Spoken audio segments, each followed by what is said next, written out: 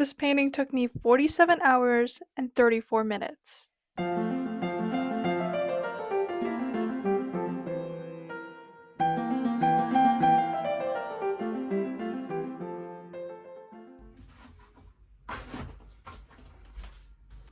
I'm starting a new painting.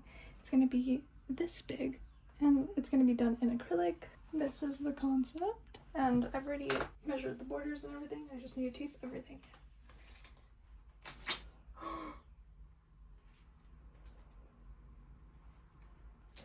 It's a problem with longer strips and me being very cheap.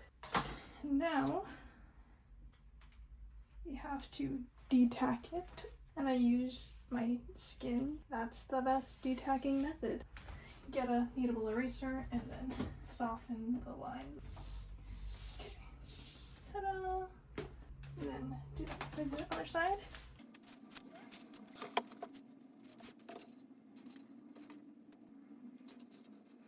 Okay, now that we have everything taped, I'm gonna draw a grid and put my reference photo. Maybe half-inch grid. I'll change that to half an inch, and this was made on Procreate. I took the reference photos already, and then I loosely pieced together what I want it to look like. And this is just for reference. My references are very loose. I don't really go that in depth, and this is like something new that I'm trying out. Having a definitive background. For example, for this piece, I didn't really have a background in mind, or I just had the figures posed. It's correct form and lighting, or more so lighting. So I'm gonna start laying out the grid. I think I'm only gonna do the grid for the figure, because everything else could be guesstimated. And for acrylic paintings, I also don't usually do a lot of sketching. I just go in with just randomness and guesstimating by eye. This is something new. This is the biggest acrylic painting that I ever done. So I'm kind of nervous for it, and I'm gonna take a different process. In the end, I did choose to do a 1-inch grid, but for the more detailed areas like the face, the hands, and the feet, I did a half-inch grid.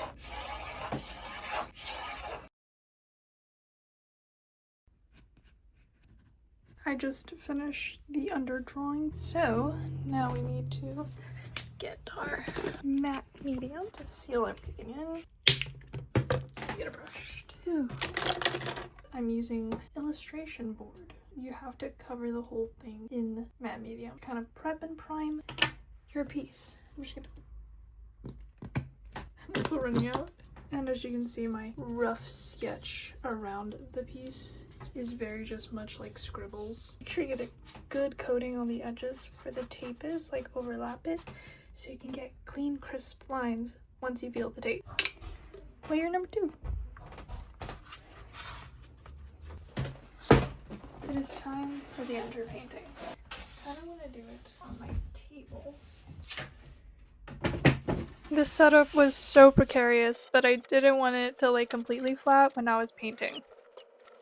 Brown base that I use for everything. If I can open it. And then I'm gonna go do something new. And then we'll go for a yellow. Okay, I'm going for a pink. Trying something new as well. Combination of these two. Maybe. Get your brush very wet. Just a really light wash. Get my colors down. For the underpainting, you don't need to do the most exact colors. Honestly, I feel like you should do very saturated, bright colors, so there's an undertone of those interesting, weird color combinations that are going on underneath the painting. Now we're gonna work on the underpainting for the figure. Honestly, for the underpainting for the figure, I wouldn't really count it as an underpainting. It was just darkening some of the colors because it looked pretty light, and it was just very loose. Here I'm prepping my canvas for my first paint session. Okay, the first layer of this piece is just a splash of color, and I knew I wanted to have that subsurface scattering look. You know how light goes through skin and then you can see all the blood vessels, so it's like orangey and pinky and red. So I knew I needed to put down a very bright orange layer, and for the first couple sessions I worked on the background, just big blobs, and then slowly refining it, and then I worked on the figure, and then I just slowly worked my way through this whole entire piece, just crawling over the surface inch by inch. And I hope you can excuse some of the bad filming quality in the beginning of the video because I was still getting used to filming it, and I think the later recordings are a little bit better in the lighting. So I officially had 19 paint sessions in this piece, and I painted it about 2 to 3 hours every single day for a month and a week, or a little bit more than that. And it was a very slow process, and I figured out that a good way to get that subsurface scattering look was to always layer a thin coat of orange over top of any base you had. So you would do a white layer or a lighter layer with some pink in it and glaze it. That's the word. Glaze it with some orange. And I also wanted to get that vibration in color theory so the colors look more vibrant than they are, with layering blue over the piece and just going coat by coat.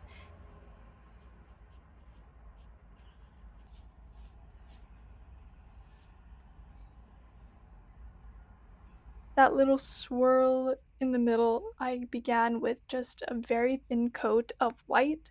Then I added some golds and yellows to slowly build it up because I didn't want it to be some solid mass. I wanted it to have some flow and look like it was layered and just flowy. I did go in with a detail brush and just start refining and really pumping up the detail and adding in the short strands so it looks like there's multiple strands that are entangled that form together to make this one big energy mass thing.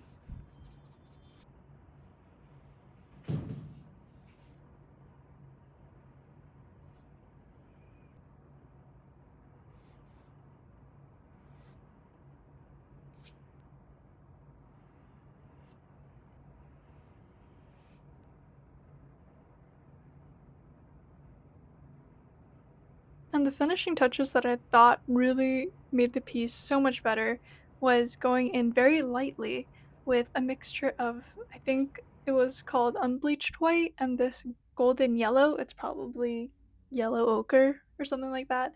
And going over the edges of the shapes so it looks like they're being illuminated by that light. And I think it really pushed the edges forward while also pushing the background back so it creates a 3D space.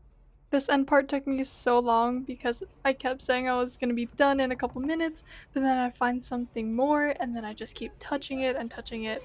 You said you were gonna be done in a couple minutes! For this, I was talking about what coating I wanted. And I kind of want to test it before I put it over the whole painting, so painting this whole strip and then we're going to see. This is high gloss varnish and this is matte medium. We're going to even try the matte medium first with the matte gloss this side. We'll leave the middle as nothing and then let's see if we can get a satiny look by mixing the two together. Wait for this to dry. And I think the high gloss varnish really brings out the colors, or will reactivate all the colors and make it really vibrant. So that is what I'm gonna go with. First, let's clean up a little bit.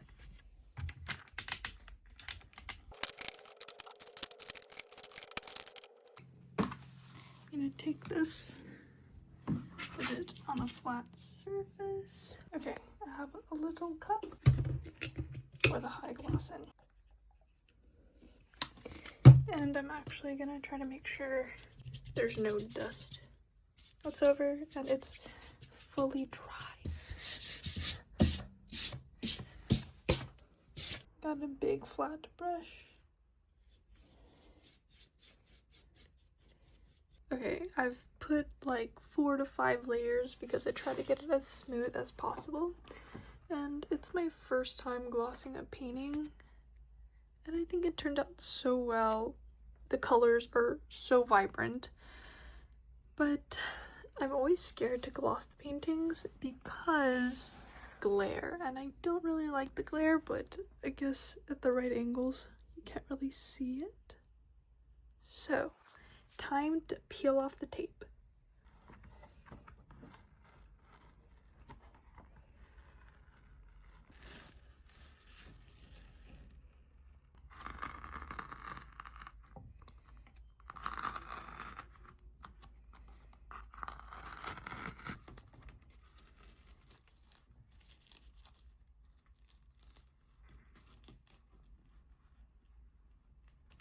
still deciding if I want to cut off the bottom edge or just keep it.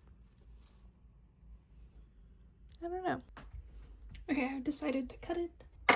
And the reason why I want to cut it from this side is because the ruler is covering the piece. So if it does deviate from the line, it's going to go outside of the cut, not towards the piece.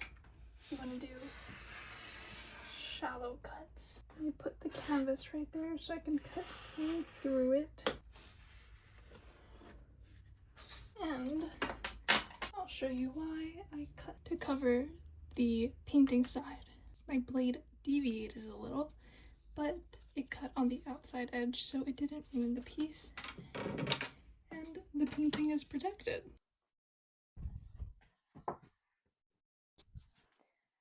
Okay, we're finally done, and oh, what a long journey it was.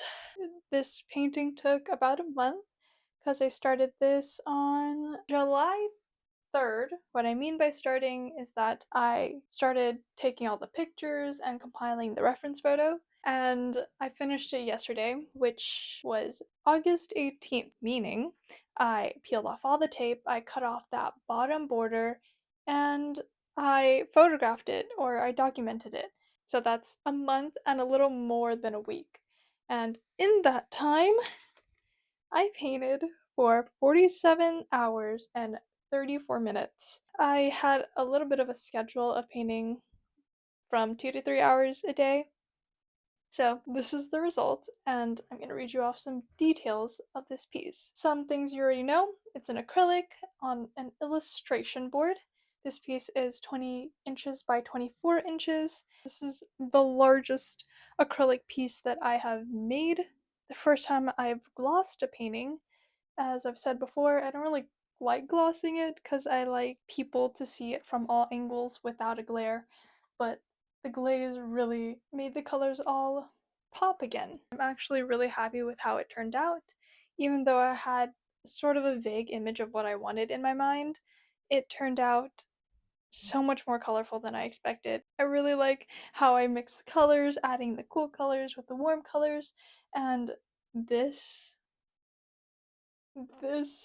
energy, it was very challenging to see how defined I wanted to make it or how not defined, and this energy in the middle is what I usually do with my pieces, which is do it intuitively, which is opposite of the background this time. This background was a little bit more constructed. Really like how it turned out with all the work I put in. So that's how I painted Entangled, and I'll see you in the next project or video. Bye!